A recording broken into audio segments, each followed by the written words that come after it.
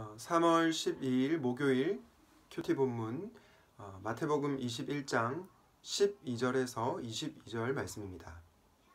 예수께서 성전에 들어가사 성전 안에서 매매하는 모든 사람들을 내쫓으시며 돈 바꾸는 사람들의 상과 비둘기 파는 사람들의 의자를 둘러엎으시고 그들에게 이르시되 기록된 바 내 집은 기도하는 집이라 일컬음을 받으리라 하였거늘 너희는 강도의 소굴을 만드는 도다 하시니라.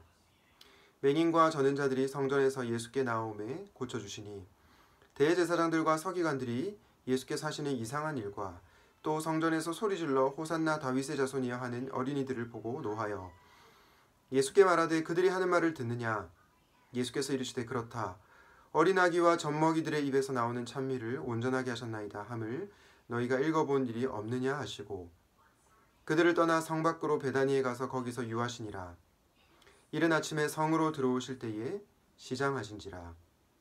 길가에서 한 무화과 나무를 보시고 그리로 가사 잎사귀 밖에 아무것도 찾지 못하시고 나무에게 이르시되 이제부터 영원토록 네가 열매를 맺지 못하리라 하시니 무화과 나무가 곧 마른지라. 제자들이 보고 이상히 여겨 이르되 무화과 나무가 어찌하여 곧 말랐나이까. 예수께서 대답하여 이르시되 내가 진실로 너희에게 이르노니 만일 너희가 믿음이 있고 의심하지 아니하면 이 무화과 나무에게 된 이런 일만 할 뿐 아니라 이 산더러 들려 바다에 던져지라 하여도 될 것이요 너희가 기도할 때 무엇이든지 믿고 구하는 것은 다 받으리라 하시니라. 아멘. 예배를 예배되게 교회를 교회되게 라는 제목으로 말씀을 나누고자 합니다. 여러분, 오늘 우리가 읽은 마태복음 21장 12절부터 22절까지는 크게 두 단락으로 구분할 수 있습니다. 첫 번째 단락은 12절부터 17절까지고요. 두 번째 단락은 18절에서 22절입니다. 첫 번째 단락은 예수님께서 성전을 청결하게 하신 사건을 이야기하고 있고요. 두 번째 단락은 예수님께서 무화과 나무를 저주하신 내용을 다루고 있습니다. 이 두 내용이 굉장히 상관성이 없어 보이나 사실은 한 가지 주제를 가지고 있습니다. 그 내용을 우리가 한번 생각해 보도록 하겠습니다. 첫 번째 단락인 예수님께서 성전을 청결하게 하시는 사건을 보면 우리가 알고 있는, 우리가 이해하고 있는 예수님의 모습과는 사뭇 다릅니다. 예수님은 어떤 분이셨습니까? 예수님은 원수를 사랑하라고 말씀하신 분이셨습니다. 그리고 그분은 폭력에 폭력으로 대항하지 않으신 그런 분이셨습니다.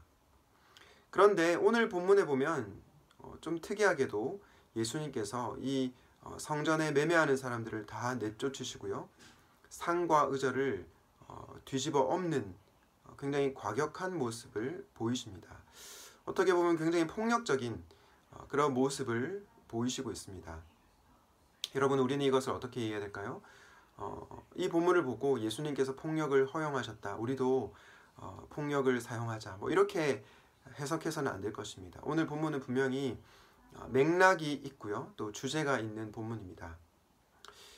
예수님께서 왜 이런 상을 또 의자를 뒤집어 엎는 이런 행동을 하신 것입니까? 바로 여기에 예수님의 의도가 있습니다.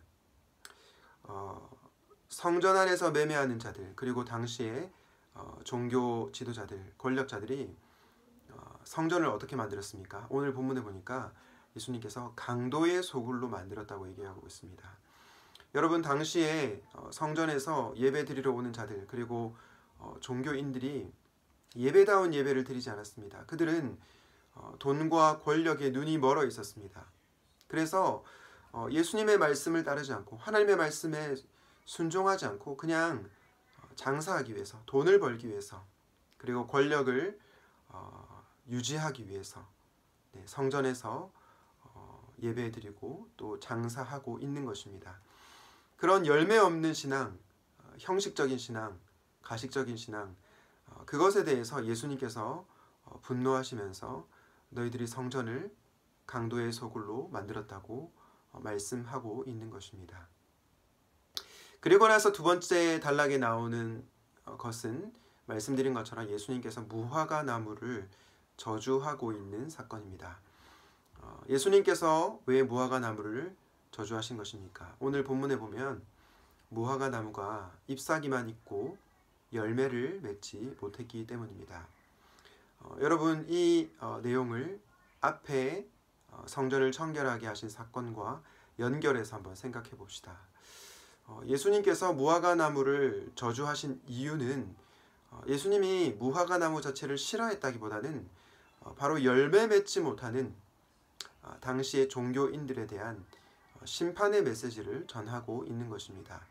무화과 나무가 열매를 맺지 못해서 마른 것처럼 너희도 열매를 맺지 못하면 심판을 받을 것이다 라고 경고의 메시지를 예수님께서 보내고 계신 것입니다. 그러므로 성전을 청결하게 하신 사건과 이 무화과 나무를 저주하신 사건은 한 가지 주제로, 한 가지 일관된 내용으로 우리에게 교훈해주고 있습니다. 그것이 무엇입니까? 바로 열매 맺지 못하는 신앙은 반드시 심판을 받는다는 것입니다. 여러분 굉장히 무서운 말씀이죠. 우리는 어떻게 그러면 이 본문을 또 우리의 삶으로 살아낼 수 있을까요? 오늘 본문 마지막 구절에 보면요. 그 답이 나옵니다.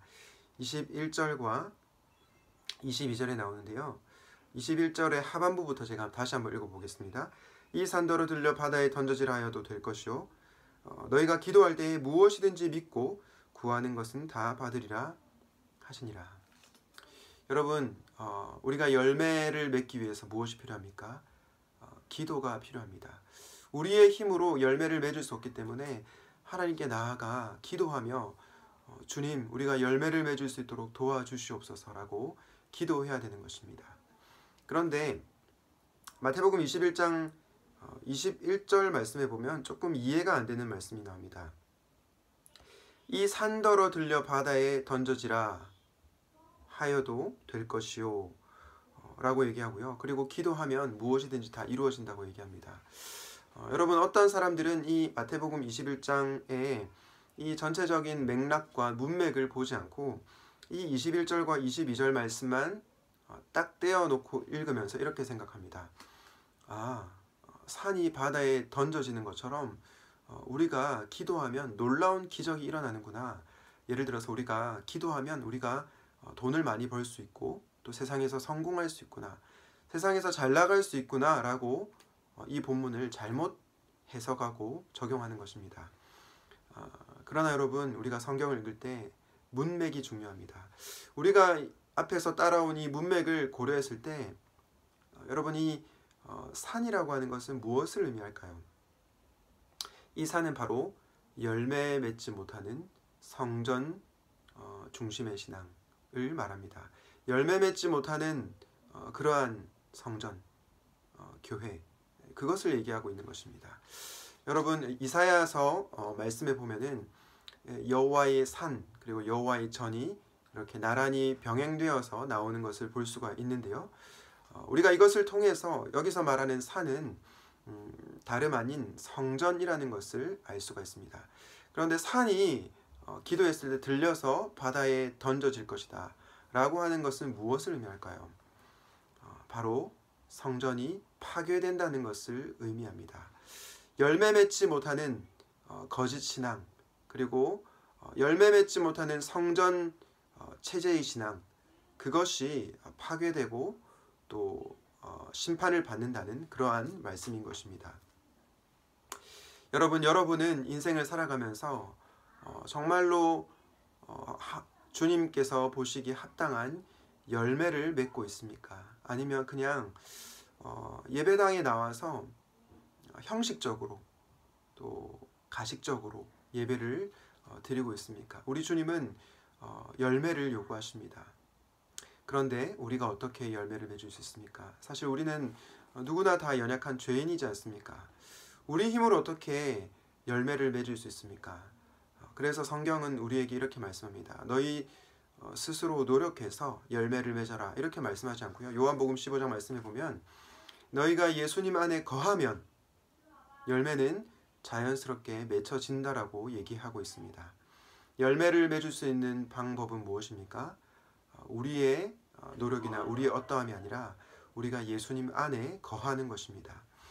우리가 기도를 통해 예수님 안에 거하고 또 예수님과 연합하여 이 땅에서 삶을 살아갈 때 우리는 거짓 신앙인으로 살아가는 것이 아니라 열매를 맺는 참된 신앙인으로 살아가게 될 것입니다. 여러분, 코로나19 사태로 인해서 많은 사람들이 참 어려움을 겪고 있습니다.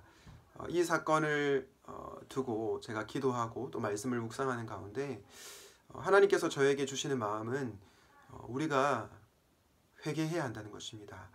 이 코로나19가 신천지를 향한 하나님의 경고이기도 하지만 동시에 한국 교회를 향한 그리고 저와 여러분을 향한 경고의 메시지라고 생각합니다. 우리가 이 경고의 메시지를 들을 때 우리는 속히 돌이켜야 할 것입니다.